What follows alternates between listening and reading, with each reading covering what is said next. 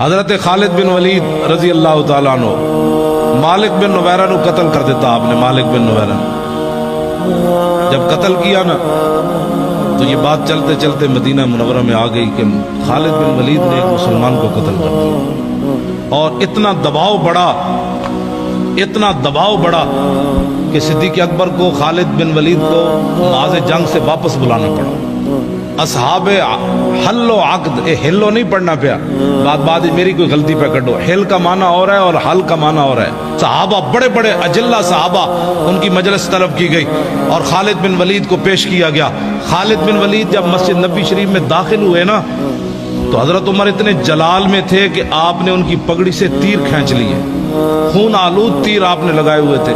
قریب تھا کہ فاروق اعظم حضرت خالد بن ولید پر ہاتھ بھی اٹھا دیتے، لیکن حضرت صدیق اکبر کی جو جلال اور ہیبت تھی نا صحابہ پر، اس کی وجہ سے حضرت عمر بولے نہیں، جا کر بیٹھ گئے اور کہا کہ آپ نے ایک مسلمان کو قتل کر دیا، مالک بن نویرہ کو قتل کر دیا. سنیں آج لوگوں کو گستاخیاں سمجھ نہیں آتی، فتوے علماء سے پوچھتے ہیں. آپ نے فرمایا کہ نہیں وہ مسلمان نہیں تھا، وہ تو کافر تھا، میں نے اس کو اس لیے مارا. نے کہا آپ کے پاس کیا دلیل ہے؟ نے کہا کہ جب میں نے اس کو کہا نا کہ تم زکوٰۃ کیوں نہیں دیتے تو اس نے کہا کہ ان صاحبکم قد توفیا. نے کہا کہ تمہارے نبی کم، اس نے یہ نہیں کہا کہ ان صاحبنا، اور اس نے کہا ان صاحبکم. جب کہا تو میں سمجھ گیا کہ اس کا رسول صلی اللہ سے کوئی تعلق نہیں. تو صدیق اکبر فرمانے لگے بالکل ٹھیک کیا تو نے جو مارا ہے.